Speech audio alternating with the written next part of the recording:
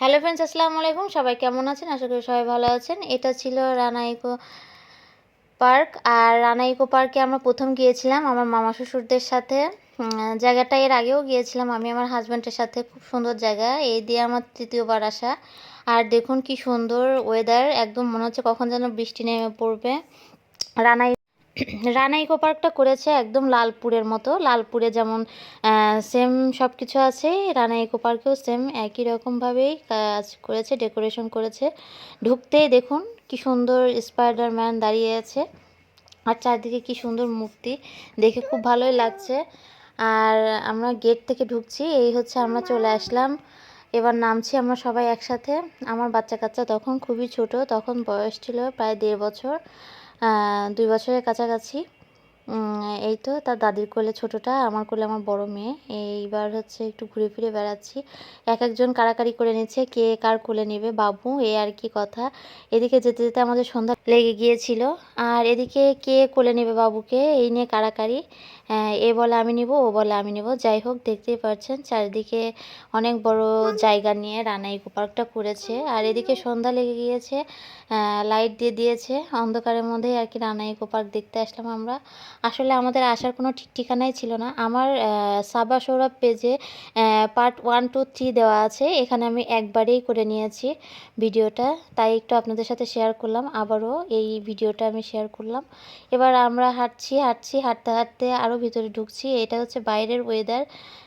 Already আমরা হাঁটাহাঁটি করে বসে পড়েছি, অনেকটা হয়রান হয়ে গিয়েছি বাচ্চা কাচ্চা নিয়ে। আর এদিকে দেখুন কি সুন্দর লাগছে সবাইকে। এদিকে আমার বড় বাচ্চাটা খুব কষ্ট পাচ্ছে, সে আর কি হাঁটবে না, সে একটু মজা নিচ্ছে, চুপ করে আছে। দেখুন বড় বাচ্চাটা কি কিউট, তাই না? মাশাআল্লাহ, সবাই আমার বড় বাচ্চার জন্য দোয়া করবেন। আর এদিকে আমার ছোট বাচ্চাটা তার দাদির কোলে এই যে হাঁটাহাঁটি করছে।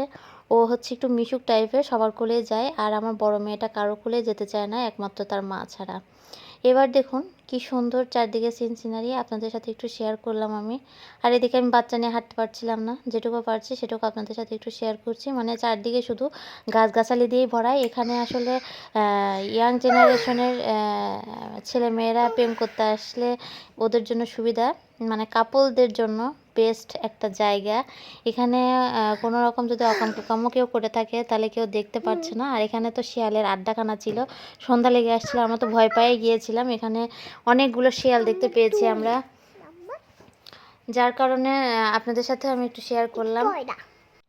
এখানে দেখুন কত বড় উট দেখা যাচ্ছে। হ্যাঁ, এই হচ্ছে মনে হচ্ছে সৌদি আরবে চলে এসেছি আমরা। সাথে তাল খেজুর গাছও আছে। এদিকে আমি আমার বাচ্চাকে দেখাচ্ছি, একটু হাত দিয়ে নাড়তে বলতেছি, নাড়ো, নাড়বে না, সে ভয় পাচ্ছে। আর এদিকে সন্ধ্যা লেগে আসছে অলরেডি। যখন সন্ধ্যা লেগে আসছে তখন আর কি, আর এটা ছিল গরমের দিন, তারা ড্রেস পরে খুবই অসহ্য হয়ে যাচ্ছিলো, তাদেরকে আবার ড্রেস চেঞ্জ করায় তাদের গেঞ্জি পরাই দিলাম। এদিকে সিংহ মামা একদম তাকিয়ে আছে। দেখুন এই যে ডাইনোসর, এই যে স্পাইডারম্যান, এখানে যে যার যার মতো আর কি ঘোরাফেরা করছে। এই হচ্ছে জায়গা। আর রাতে যেটুকু পেরেছি আপনাদের সাথে একটু শেয়ার করলাম, দেখতেই পাচ্ছেন চারদিকে শুধু অন্ধকার আর অন্ধকার। এদিকে আমার শাশুড়ি কোলে আমার ছোট রাজকন্যাটা, এদিকে একটি পরী দাঁড়িয়ে আছে। পরীর সাথে কে কে ছবি তুলতে চান তারা তারা অবশ্যই রানা ইকো পার্কে চলে যাবেন। আর এদিকে দেখুন কি সুন্দর লাগছে চারদিকে অন্ধকারে ভরা, ভয়ঙ্কর একটা দৃশ্য।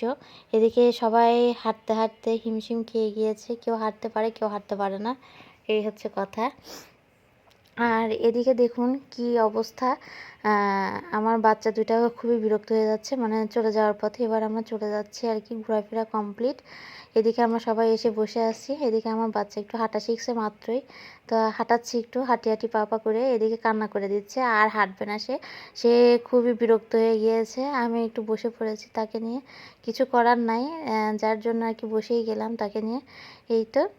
আর এখানে আমরা সবার শেষে একটি গোল্ডেন বাস্কেটে চলে আসছিলাম সুপার শপে। তো এখানে আসার পরে আমরা একটু মার্কেট টার্কেট করলাম, কেনাকাটা করলাম, অনেক কিছুই কিনেছিলাম। তো যাই হোক, সম্পূর্ণ ভিডিও আপনাদের কাছে কেমন লাগলো তো অবশ্যই লাইক কমেন্ট করে শেয়ার করে জানাবেন প্লিজ। আল্লাহ হাফেজ।